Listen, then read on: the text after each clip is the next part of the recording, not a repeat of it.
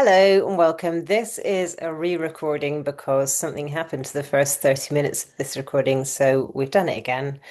Welcome to the webinar. We originally recorded this on the 1st of July 2026. This is all about expanding your world through movement. What we really could have called it is sort of building confidence and capability and creating more opportunities, but it wasn't so catchy. But that's where we're heading. So just a quick introduction for anyone that doesn't know who we are. My name's Jill Erskine. I'm the director of Wildstrong. I come to Wildstrong from a communications background. I worked in health and environment communications, so I like taking complex messages and making them easier to understand, which is why you see a lot of me on social media. But within the context of Wildstrong, I don't come from a strong exercise background. I've always been very physically active and very keen to be outside, but I never found until we started Wildstrong really a form of structured exercise that I would stick to for the long term. And I guess that's a big reason of why we started Wildstrong. Andrew, on the other hand, he is my husband and co-founder and our head coach. He comes from a background in physical activity, so he was a strength coach for a long time and a personal trainer for a long time before switching into public health. He spent a lot of time towards the end of personal training where he was doing more development of courses and training personal trainers.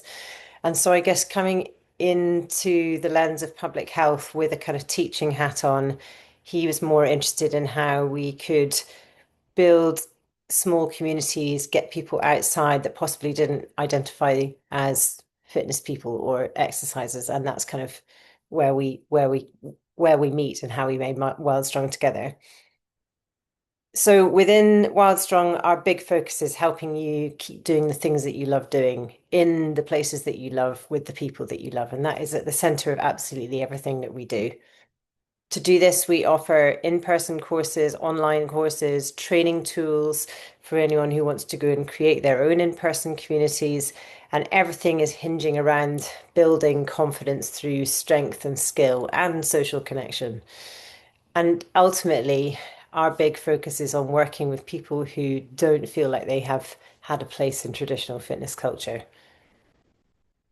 And to do this, we offer a mixture of progressive strength training for bone density, along with playful life-based training. Everything we do is designed to build capabilities, take you outside and expand your world, not just your physical world, but also your social world, your social connections and that support network you have around you. And really focusing on helping you find ways that work for you, that are meaningful for you. And they might look quite different to what we do here. So today, just quickly, we'll be talking a bit about expanding our capabilities and creating options. We'll talk a little bit about contraction and growth cycles within pain or anxiety or fear and capabilities. We'll talk about this idea of affordances, that's finding opportunities to move all around us. Um, a little bit on what gets lost when we try to categorize movement within a gym setting, and this idea of life-based training, novel positions, and building resilience. And then we'll do a little bit of movement towards the end, and then we'll tie it all together. I put this quote in that you're not bad at exercising, you just never find a way to move consistently that makes it meaningful. I think a physio told me that years ago when I just had two kids and I was feeling a bit lost and I had loads of knee problems that I'd had for years and never done anything about. And then the physio had given me exercises, which I'd probably done about a week's worth of before I stopped doing them. I think that's quite common. And it really struck me as true. And now I think about this quote as one of the kind of many little launch pads for us building Wildstrong in the long term. It is often just about finding an option that is meaningful for you and that is fun and that you can engage with, and that might not look like the things that you have done traditionally, such as boot camps or yoga or Pilates. It's kind of about finding what works for you. So what we did on the call initially was ask everybody just to spend a little time and to write in the comments what were these valued activities that they really valued within their life. And it was really fun to see what came up. There was a lot of walking and running and kayaking. There was a lot of donkey running with donkeys. There was horse riding. There was gardening. There was playing with children, our kids, our young kids, or our grandkids. Lots of really great activities that people love doing all of the time. Cycling. And what we wanted to do once we'd gathered those was to actually look at what the movements or the tasks are that are sort of based within that umbrella. So let's take, for example, travel. It's not just travel, there's so many bits of traveling. So you've got the carrying of the luggage. If you've got small kids, you've probably got a food bag that maybe within the first couple of hours has already started leaking something. So the food bag's got to be carried quite far away. You've also got your bags, and maybe your kids are no longer carrying their backpacks because they've got really cross, and maybe you've got a toddler, so you're holding their bag of stuff and you're carrying all this weird stuff, and you might be carrying it for quite a long time. I'm thinking about international airports. You're often walking a really long way with actually quite a lot of luggage. Or if you're catching a train, you've got to get off one train, you've got to get up the platform onto another train. There's a whole host of different movements and tasks that are involved in it. You might be running to catch the train, you've got to do a short sprint with all this stuff. Also, sort of getting a toddler to run along, or small kids to run along. Getting up and down onto the platforms. There's a lot of platforms within Scotland where you suddenly arrive at a rural train station, you realise you're at least sort of 2 feet away from the platform, which could be quite frightening to come down if you haven't done any jumping or stepping down with control for a long time. And then you've got the placing of the luggage overhead or into these strange compartments, which also requires a lot. So there are so many different movements and activities that come under each umbrella of these activities that we enjoy. And actually, sometimes kind of pinning whatever exercise you end up doing to the activities that you enjoy often makes it more meaningful. So it's nice to start. We like to start most of our programs by kind of mind mapping this out and thinking about all of the different tasks that make up these activities, and then thinking about how we can kind of focus on those and practice bits of those so that we can keep access to them for longer. So there are lots of ways that we can train to keep access to these movements and activities, and it splits into two categories. I mean, this is very broad, but we find it quite useful to talk about like this, in that you have kind of progressive strength training on one side, which is brilliant for building up your bone density and your muscles and knowing that you're able to lift these things. And then on the other side, you've got life-based training, and that's really focusing on what's important to you. So for today's webinar, we're really focusing on life-based training. That is not to say it is more important than strength training, it's just two sides of the same coin. I think it's useful to start thinking about this idea of so specific adaptation to imposed demands. What that really means is we adapt to whatever we do. So if you lift heavy things, you get better at lifting heavy things. If you draw, you get better at drawing. If you birdwatch, you get better at birdwatching. If you run and jump and climb and clamber over things and look for playful opportunities to move, you will get better at doing that, at finding more opportunities. But equally, we can get better at sitting and doom scrolling and watching TikTok. It's just a useful thing to think about as we move forward, because even tiny little movement opportunities we can get better at if we can find ways to make them meaningful and to weave them into our day. I'm not going to spend too long on contraction cycles, but they are useful to be aware of. You may already be familiar with the fear of falling cycle. We do this a lot within public health and working with older adults. It is an example of a vicious cycle or a contraction cycle, which means that maybe you have a fall and then you have a loss of balance and confidence.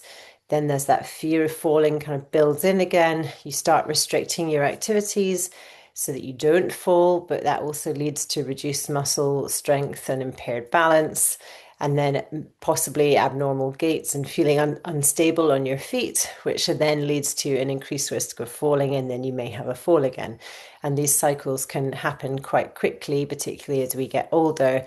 If we've had a fall, suddenly the avoidance behaviors, maybe we stop doing that walking route that we did, and we stop seeing those people, and we stop exposing ourselves to what we perceive to be the risks. And then it leads to deconditioning, which then leads to more fear and having a fall. But we can apply these contraction cycles to all sorts of things. So if you're not at this point in your life, this may resonate with you. The pain avoidance cycle, this is really common. So after experiencing pain, it can be really common to develop a fear of pain, which could then lead to avoiding activities that could help recovery. So I think about if you've hurt your back, you think, oh, well, I hurt my back. I was doing something in the garden. I was lifting this thing. And actually, that probably means I'll stop lifting things. And so all of this movement pattern around lifting goes. And maybe you have a time where you're not having any back pain, but long term, it means that that avoidance behavior has led to, weakening muscle, weakening balance, and weakening strength. And then you end up in a position where you have to do that movement again, and you end up back in pain. But you can see on this diagram, this can go both ways. Often they talk about if you can find sort of valued life goals, activities that are important to you, then you can start exposing yourself to more movements, and then over time really start building in this sort of a richer recovery model. We can also apply this to anxiety, and this might really resonate, particularly post-COVID. This idea of a sort of social anxiety. So if you think about, maybe you think, oh, I'm not feeling up to it today. I'm not going to go and see all of those people. So we maybe avoid that social situation, which has a kind of temporary reprieve, temporary relief. But over time, it builds to more anxiety and fear next time that we have to go into a social situation. And that builds into more anxiety and fear in the long run. So we often talk about procrastination, which is often just trying to avoid something that we don't want to do, and avoiding the threat can provide this temporary relief, but increased anxiety over the long term. So I think this resonates with a lot of us, particularly post-COVID. I remember thinking that there were points where I really had to make myself go out again because I could feel that I was finding it more and more difficult. And this is a really lovely model. This comes from Erin Elu, who runs the Agents of Movement podcast, and you'll find her on Substack as well. She's also done quite a few of she's done 2 interviews with us on the Playful Nature podcast. What I love about this social frailty cycle is it's a much more holistic framework because it really looks at the interplay between social disconnection and physical and emotional mental decline. So with increased social disconnection, we may have reduced activity, which may lead to declining strength and balance, lower confidence, and increased fall risk, and then further withdrawal. And I think this can really resonate with you if you think about, for me, I'm thinking about my parents' generation.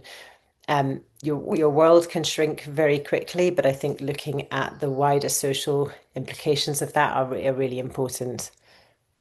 Luckily, however, we can create virtuous cycles. The cycles can go both way, and we can reverse contraction cycles to create these virtuous growth cycles. This image in the middle was made for physical literacy program in Canada with children, but it's just as relevant as it is for kids as it is for adults. It's this idea that with a little bit of, as you can see, a little bit of physical competence growing, your confidence grows, and then your motivation grows. And that cycle very slowly can start to go the other way. But sometimes it just takes getting a toe in the door, a glimmer of what's possible, and suddenly you can start to see it reversing. And we start to think about these expanding our options. This is the zones of proximal development. If you come from a teaching background, I'm sure you're aware of this, but you've got your green zone in the middle, your sort of comfort zone, by expanding your capabilities of what's possible now on your own, what's possible now with a bit of support, maybe into that lighter green ring, and over time you can start expanding out what what you're capable of in these concentric circles. And we can apply this to any capability that might help you participate in an activity, whether that's strength or confidence or intrinsic motivation, whatever. It does imply that this is very linear. It's not always linear. There'll be moments of contraction and expansion, but it is a nice way to start thinking about what is possible now and how if you can just get up a little bit to the edge of this idea of your sort of comfort zone and start expanding out from there, you can quite quickly start creating more possibilities, more opportunities for movement and social interaction. And how does your environment play a role in your capabilities? And how can we develop this idea of kind of your movement goggles? And it's not just your physical environment, it's also your social environment. There are so many different opportunities that maybe we don't know about right now. So we're just going to have a little look at that, which brings us to this idea of affordances. Affordances are features of the environment that create possibilities for useful actions. The presence of an affordance will continually shape our movement behavior. So often we have this picture here, which is a picture of a door. So you imagine you're walking into this coffee shop. It's this massive handle, but it's also got it's got a sign on it that says push. I mean, 99% of us are going to grab that handle and pull it. It doesn't matter how many signs you put on that door, you are going to pull that handle because that handle is an affordance. That handle affords you to pull the door, it invites you to pull the door. So this is how we can start thinking about affordances. Affordances are all around us, and once we start seeing them, you can. It's quite a fun activity. We often go on an affordance walk on one of our courses, just to start thinking about how our environments and our social and physical contexts dictate our movement behavior. So if we start in this top left corner with some adults, maybe they're the parents of the baby, they are on the ground and the baby is crawling around. They can see because they're able to get down to the ground easily, the ground is an affordance and they can spend time on the ground with the baby. However, if you are unable to get down to the ground is no longer an affordance to you. Looking at this sofa, green sofa couch, it's a kind of almost a futon, it's quite low. This is from personal experience when my dad had a very sore hip for a long time before he had a hip replacement later. But for a few years, we had a very low sofa in our house, and whenever he came to visit, he would often end up sort of hovering and leaning against the wall because the sofa did not invite him to sit down. It was not even a possibility. For most of us, the sofa is an opportunity to sit down. It affords us, oh, right, great, I'll go and sit down. But if you have lost that range of movement, then the sofa is no longer an affordance. We can also look at this fence in the left-hand corner. If you're there with a multi-generational group, you can see how affordances change depending on our capabilities and the stage of life. Let's say you're there with grandkids and then, parents in their 30s or 40s and then grandparents in their 70s. This fence could either be a barrier and an end of the walk. It could be for the 6 or 7 year old, it could be an opportunity to balance along. It could be for the kids an opportunity to sort of go under and over. Maybe some people could vault it, but other people might see that as the end of their walk and have to go and take another route. Affordances change as well depending on our setting. So if we look at this tree, let's say it's a Sunday and you're in the park with your kids or your grandkids and it's a lovely day, the kids could see the tree as an affordance. So they could climb it and they could, hang off the branches. Maybe you could sit under it and read a book. That would be an affordance. It's Sunday, you've got all the time in the world. If it's Monday, however, and the kids are in school and you're going to work and you're wearing your work clothes and you're in a hurry, then you are crossing the same park and that tree is no longer an affordance because you can't interact with it because you haven't got time. You're wearing clothes that wouldn't allow you to sit on the ground or climb it. So it really, affordances are everywhere, but they change constantly. This is a great book if you haven't read it already by Todd Hargrove. But this quote is really useful, I think, when you're thinking about how our perception of affordances change. Some affordances can only be perceived with skill. When a novice rock climber looks at a climbing route, he may not perceive the easiest pathway, but an experienced climber will immediately see the solution. Skill is perceiving the hidden affordances that are there and ready to help you, if only you can see them.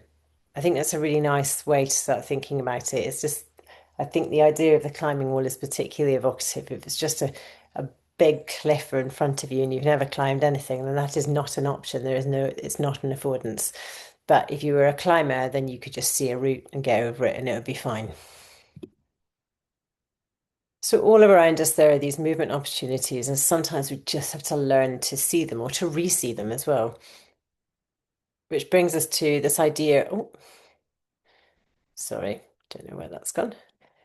This idea of a kind of capability expansion cycle. The more that we explore and interact with our environment, we solve more movement problems. The more our confidence and our competence grows, the more our perception of what is possible expands, and the more opportunities for action become available to us. This action feeds perception, and perception feeds action. It can start really small. It could just be on your walk tomorrow. Is there a log that you could climb along or you could climb over? Is there a bench that you could maybe try and navigate over or under?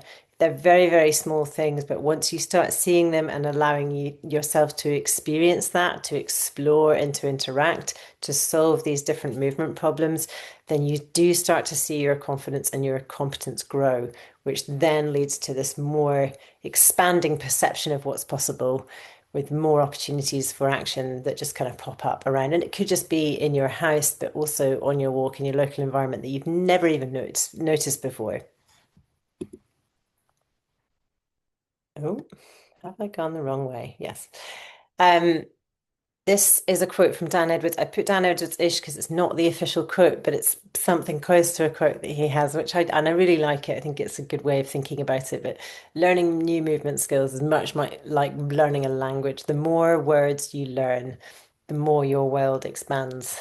And if you think about whenever you're in a foreign country and you're learning that language, your world starts quite small, but as you start to build these words and phrases, suddenly all of these places that you might have walked past, 10, 20 times at that point, but because your vocabulary and your understanding of that culture is expanding, you are starting to see different things that are happening and understand different interactions that you had no idea about when you first arrived. And the same is for movement as well. And this builds us into this idea of kind of physical literacy, which is our lifelong relationship with movement. If you want more on that, you can scan that QR code. There's loads of really good resources on physical literacy, and it does get you to think about that kind of life cycle of movement. Which brings us to this prescriptive emergent continuum, and this is something we talk about a lot. Really keen to say that one is not better than the other. It's just that the prescriptive end, which is the more rules-based top-down learning, which is what we've all become very accustomed to through Pilates, through yoga, through gym-based movement, um, it has really become the dominant way of teaching movement. And it's useful if you are working within a specific system, you're working within a competition setting where you have to have a clear right from wrong. You want to have some way of quantifying that movement. It's a very useful way to teach and to learn movement, but it is not the only way, and it has become really dominant. So it's a lot of the way that adult learning happens sits in this prescriptive end of the continuum. However, if you go to the other end of that continuum, you have the emergent end, which is the more explorative, the task-based. Instead of having a coach, you would have a facilitator. There would be no right or wrong way of doing any movement. It's more about how you solve different problems. So you see a lot more games and play, self-organization. It's a different tool for a different job, but they work very well together. Sometimes within Wild Strong, we will do prescriptive movement, which we do a lot with our Strong for Life program, but we also use this emergent end and we kind of dance along this continuum. So a lot of us are very familiar with prescriptive teaching.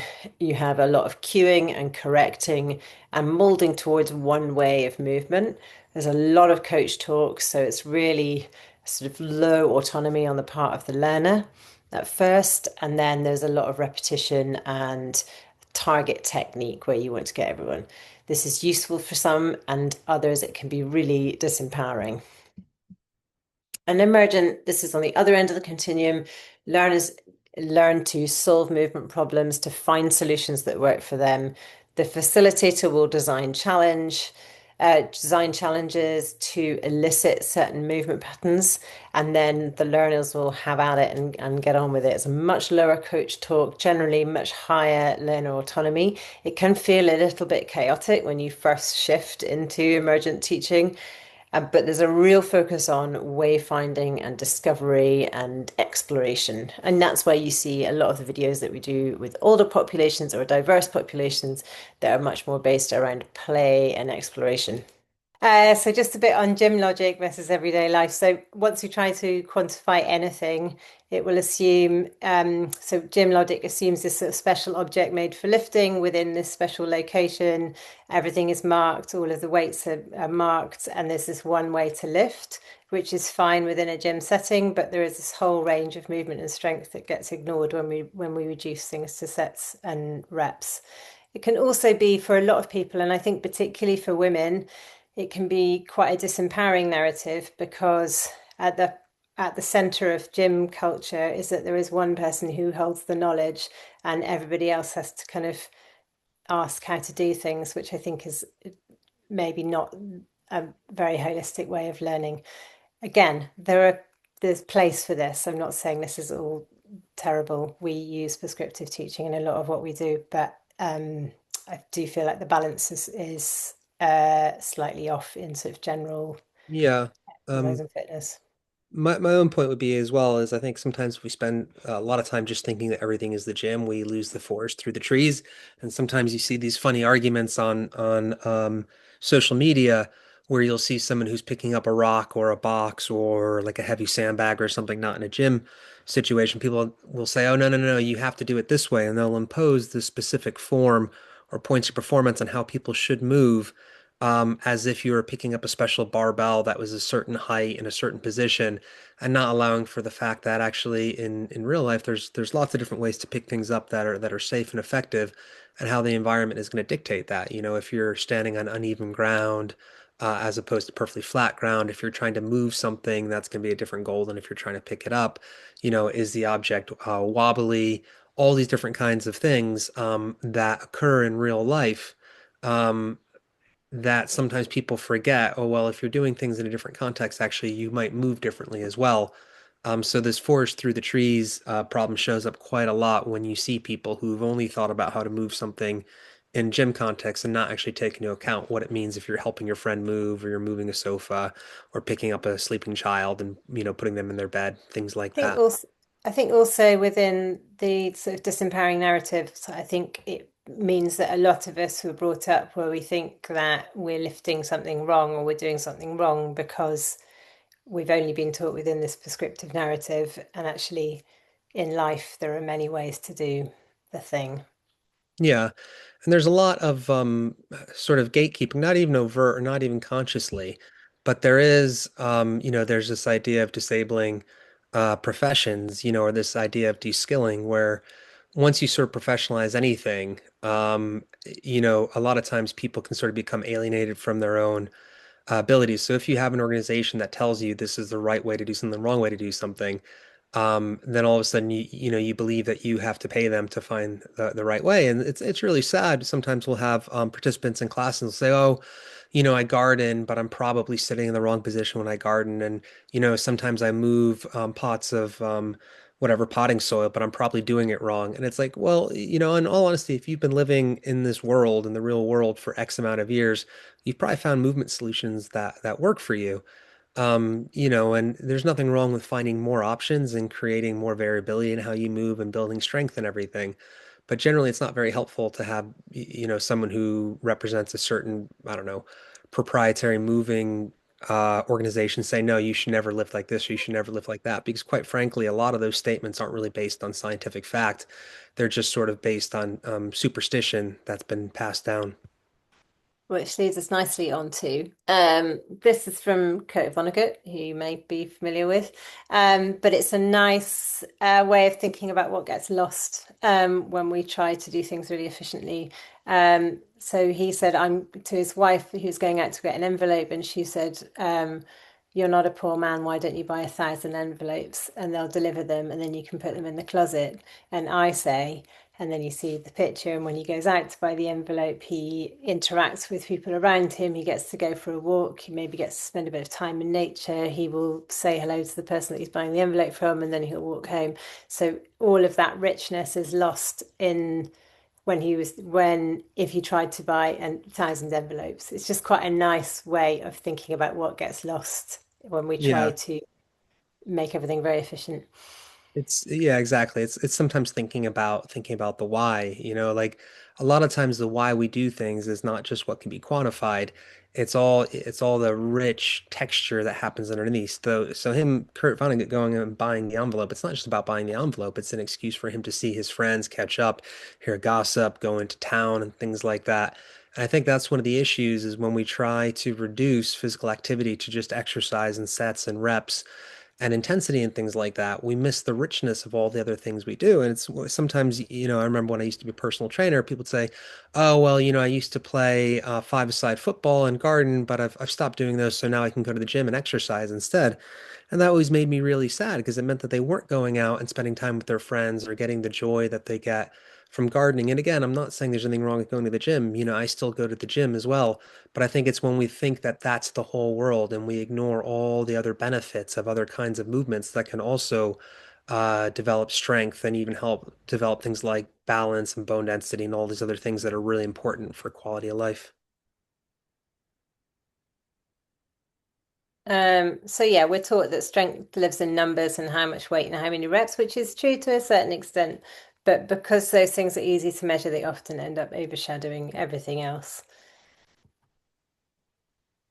Um, And so when you start playing around with this idea of emergent learning or teaching, it's it's a really fun tool if you want to start playing around with it at home, because actually a lot of us are very good at navigating the real world, and sometimes we just have to have the opportunity to explore options and create solutions that work for ourselves. It's about sort of giving yourself permission to have a go and see what's possible. But actually, when you put people in groups and settings that they feel safe and that they feel that they can have a go, you do find that they can self-organize very well. Um, we're complex systems that we just have an amazing capacity to self-organize. We're often a lot more capable than we think, and there are just a lot of stories that hold us back, and those can be quite complex. But again, I'm just creating these conditions that where we feel safe and we can kind of explore in a way that works for us. You do suddenly start to see all of these different opportunities opening up. Okay, so what does this mean for me or for you? We're going to do a um, we'll do a little bit of movement. You don't have to join in. You can turn your camera off if you want. Hang on, just go back one slide, Andrew. Um, Generally, after this call, is just think about giving some attention to movements that maybe you've avoided that feel kind of weird and awkward. Because in these kind of in between movements, that's sort of transitional strength and wobble. That's the stuff that holds everything else together. But often it's really hard to fit into a box. So, and if the gym's not your thing, you can still reclaim movement and strength. Right, I said outside your front door, even inside your front door also. Um, and loosely, we can categorize this kind of life-based strength in 7 categories. Um, which is, and these don't all fit into these neat boxes, but it gives you an idea of where to start. You've got dynamic balance and reaction. So that's learning balance, but also learning how to wobble and catch yourself and finding different opportunities for different kinds of balance and getting down to the ground and back up again in lots of different ways. Spending time on the ground, so finding comfortable resting positions on the ground, reaching and rolling, moving along the ground, whether that's crawling or scrambling or any kind of movement along the ground, picking things up and carrying them and putting them away in lots of different ways, getting over, under, and around obstacles. That could be hanging, clambering, climbing, jumping, landing, and then creating and absorbing power, redirecting power. Think about sort of jumping particularly, but landing and catching yourself. So within these categories, if we take just for today, we'll take some dynamic balance and reaction. We'll do a little bit here together. I was trying to think of what we could do realistically on a call because I don't know where you are or your capabilities. So really what I wanted you to think about through this is a what we would call an emergent warm-up. Um, and all I want you to think about is what can I do right now? Can I find a version that works for me right now, depending on your sort of confidence level or your environment, what feels manageable and maybe a little bit challenging. That's what we're looking for. And then we'll go into a bit more detail after. So we'll just do a 5 minute thing. Andrew, should we take the slides off? Yeah, let's do that. Um, I'm just going to take my background off because otherwise I disappear when I stand up. So if you want to join in, you don't need a huge amount of space. Um, if you don't want to join in, you can just watch me and Andrew wallying around.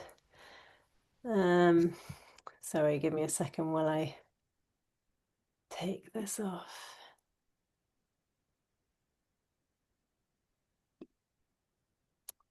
There we go. Okay. I haven't got a huge amount of space, so we don't need a huge amount of space. This is an example of an emergent warm-up. So you've got a gym-based sort of prescriptive warm-up. This is an emergent warm-up. You just do whatever you want to do. We'll imagine that we're on a walk. So I'm going to come back here. So we're on a walk. I'm going to have to basically walk a little bit on the spot because I'm in a very small place.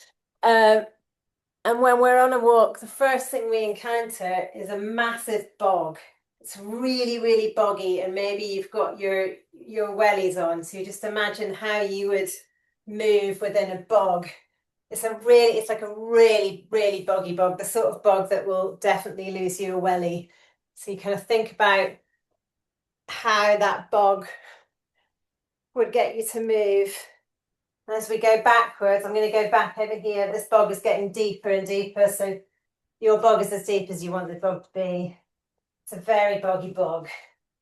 Okay, right, we've got to the end of the bog, and now we've reached a small burn or a river, and luckily we've all got stepping stones. Now the stepping stones can be as close or as far as you want them to be.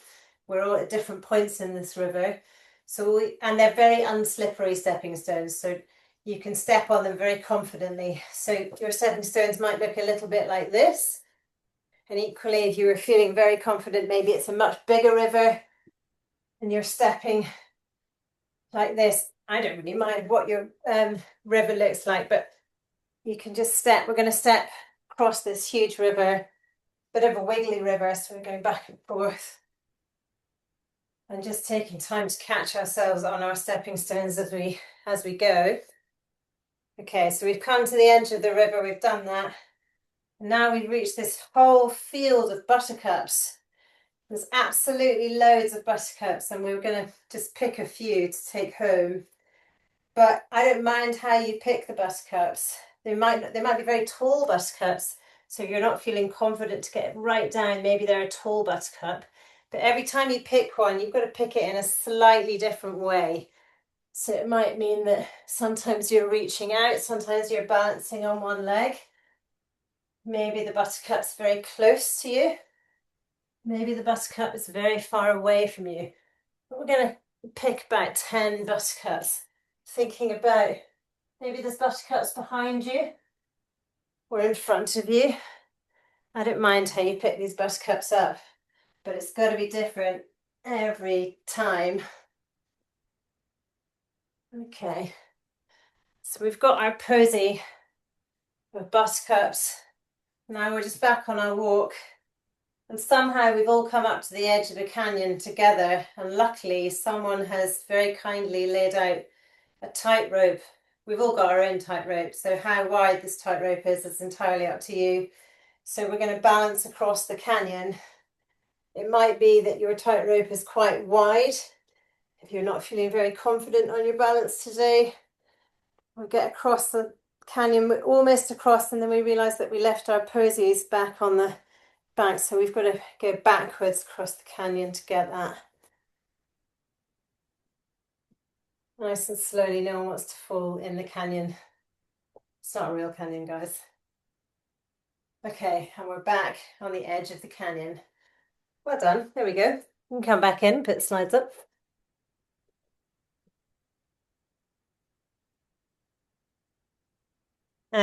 So that is what we would call an emergent warm-up. You've got loads of options there, but within that one warm-up, we would use that beginning of that for a balance session. If we didn't want to do anything too prescriptive, it's really nice because you get into all of these movements that we used to spend a long time cueing, and actually you get people to, test out their balance, do a lot of kind of side steps, warm up their hips in the bog. There's a whole lot of things going on there. But as we start building what's possible now, you can then start thinking, can I add constraints? So can I slow something down? Could I speed it up? Could I add load or some kind of weight? Could I change the distance? Could I make it much, much further? Could I alter the height either of myself or of the object? So could I stand on something, or like for the balance, if you were tight roping, could you work up to doing that on a little plank? Then could you elevate that plank a little bit? Could you add power? All of this is kind of allowing us to react to something that's unpredictable in a way that doesn't feel that you can just kind of do wherever you are. There are lots of different options for this. We have a really nice one that we do called a family picnic, which is all ground-based stuff. We wouldn't normally do that on a call like this because we don't know what the capabilities are of the people on the call. But it's a very nice way to start thinking about how you can explore your environment and what changes when the ground is uneven or slippery, or if you have to be really, really quiet, how does that change your movement and your behavior?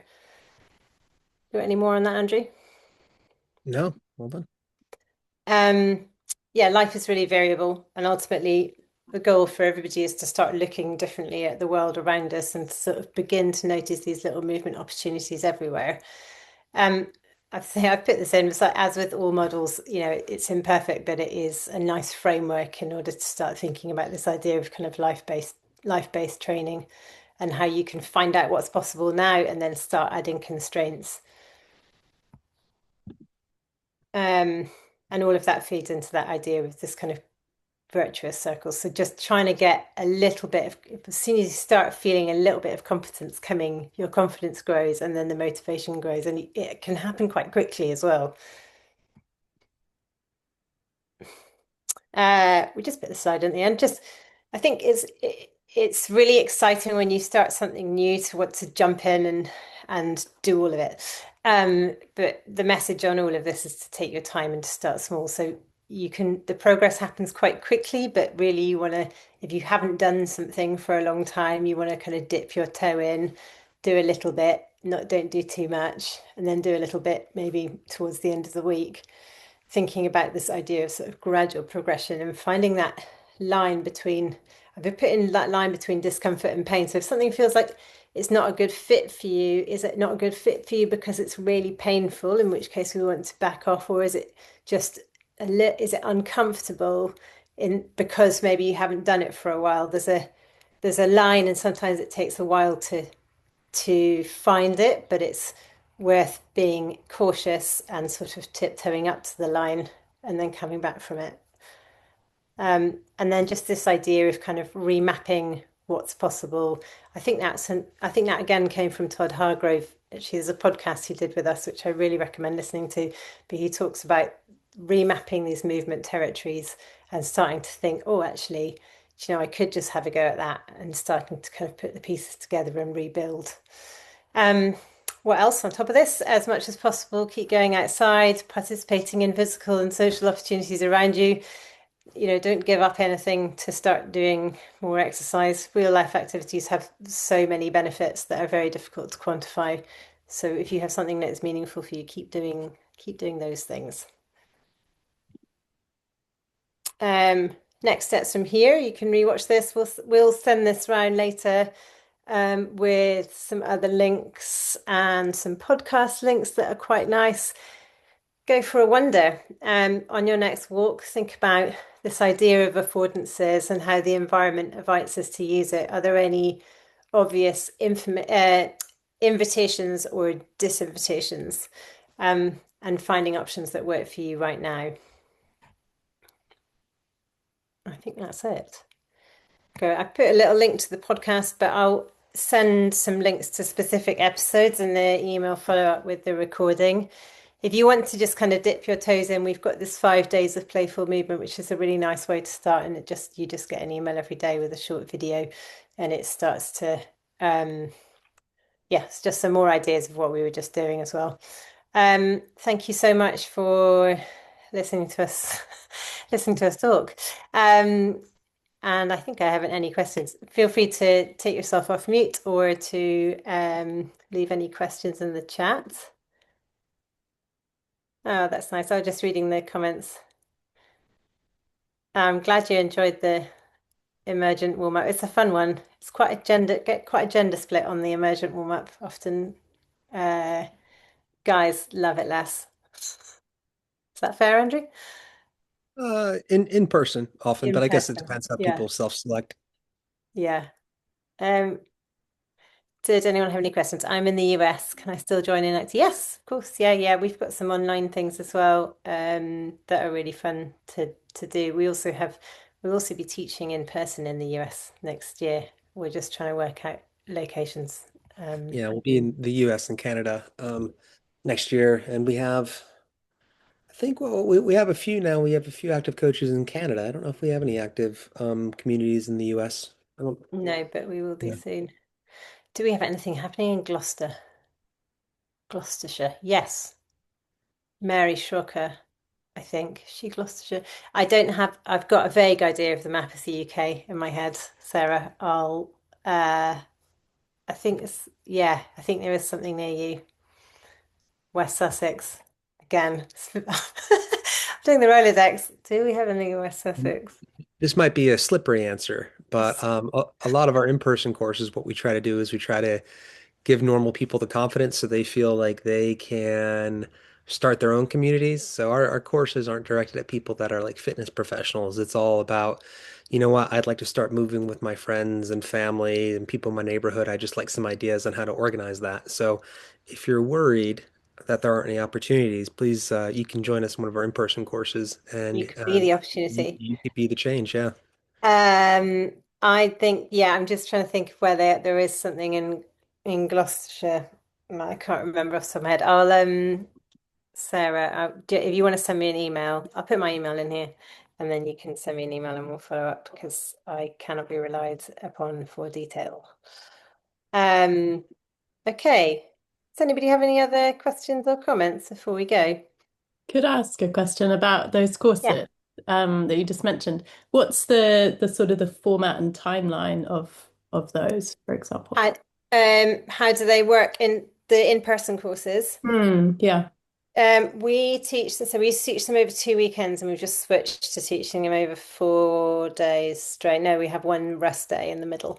So they tend to be 4 days. The first 2 days are sort of, I guess we talk about kind of laying of the jigsaw in terms of we introduce you to lots of different movement theories from around the world, not just ours, just ones that have influenced us that are kind of interesting. We kind of go outside and do a bit on prescriptive learning and a bit on emergent learning. And the whole first 2 days are sort of experiencing that big picture. And then the last 2 days are using what we've learned to then deliver in small groups versions of different prescriptive or emergent teaching. So it's not we have a very big mix of people on it. I'd say 50% of them go on to do coaching, and then 50% just come because it's interesting and they just kind of wanted to I don't know, learn more for themselves and maybe sort of start going out with a friend and doing things rather than doing it in a formal setting.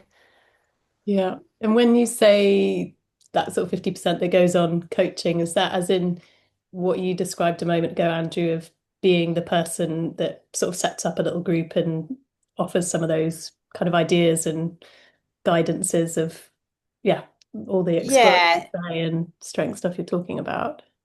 yeah. Yeah. So some people already have Yeah. One of the different things we offerings, so they really might try to come in think as about. like, oh, sorry, I'm freezing. I was talking on top of you. Sorry, Andrew. That's okay. I'll finish this bit and then I you can just go. thought you assumed what I was saying was really boring. No, well, yeah. So we have a certification, and some people join us. They've got something they're offering already, so they're already doing walking coaching or kayaking or something, or they're a personal trainer. And they just want to add an extra offering, and other people start from scratch and want to build something in their community. For me, the reason I we created Wild Strong for sort of different reasons that are connected, but for me, it was definitely about I wanted something that I could that was a social outlet for me as much as a I did also want to get fitter and stronger, but I find it really useful in that in a weird bit after you've had kids, and I didn't really feel like I knew anyone. So for me, it was very much about I want to do something local to meet people and also Mm. have a nice time. Yeah, one of the things we really try to communicate in the course is from the very beginning, we try to get people to think about what their movement community might look like. We're not trying to get recreate the exact Wild Strong. So we're not pushing people into a franchise or anything like that. It's really about sort of what you're interested in, what affordances are in your environment. Do you have what kind of green space do you have access to, and what's important to you? So for example, in the last in-person course we did, we had a few people who had dance backgrounds and they wanted to incorporate some of the ideas into their current dance practice. We have people who were primarily mothers. They were taking care of their kids, but they were really interested in forest school and then wanted to bring some ideas to forest school. We had one person who's a new personal trainer who sort of wanted to run a more inclusive boot camp. So it was very much, we're not trying to push a proprietary system on people. We're just trying to give them different ideas for what works and then trying to create sort of a coaches network of people who have similar values rather Mm. than trying to create a bunch of wild strongs all over. And then I guess the other is we have our Movement for Life uh, course, which is online, but it's quite fun. And it is we were talking about in terms of balance and getting down to the ground, spending time on the ground, moving, picking things up. But we spend a week on each of those and try to give different playful activities. So if you can't make it in person, that's a very fun one, and it's over 8 weeks, and it's sort of a mix of live calls and also just videos and extra resources. And we're just finishing that one up, and it's been a lot of fun to teach. Thank you. That's Yeah. helpful. Um, okay. Thanks, guys. Has anyone got any other questions before we go? I've just posted in to a few questions about there's lots of people in the US. Hello, America.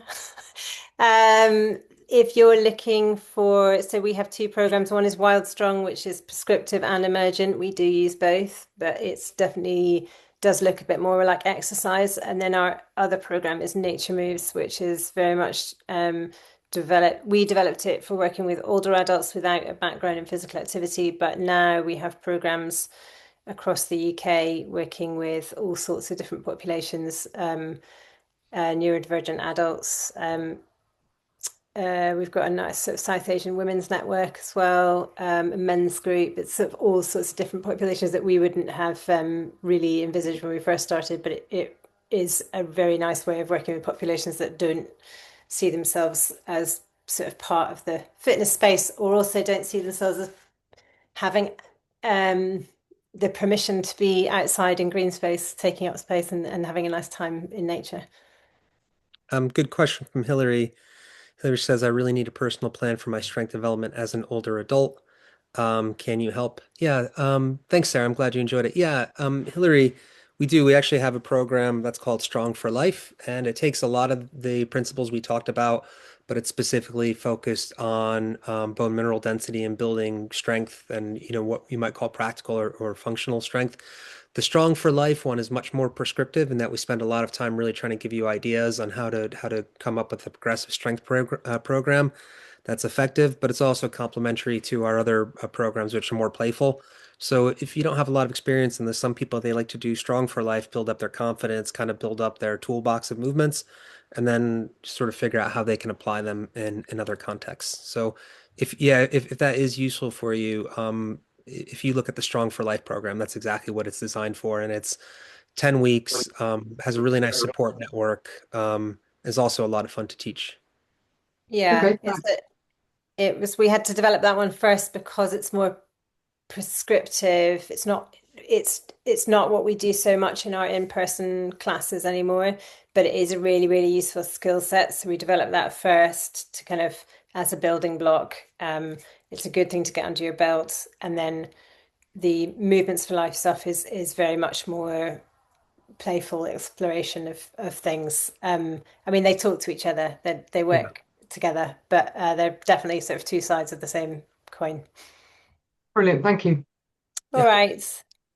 Thanks, guys. Thanks so much for coming. That was really fun, and we'll follow up. I don't know how we got split recording on that, so it might take a while to get the to get the recording out. 'Cause I have no idea why it stopped recording halfway through.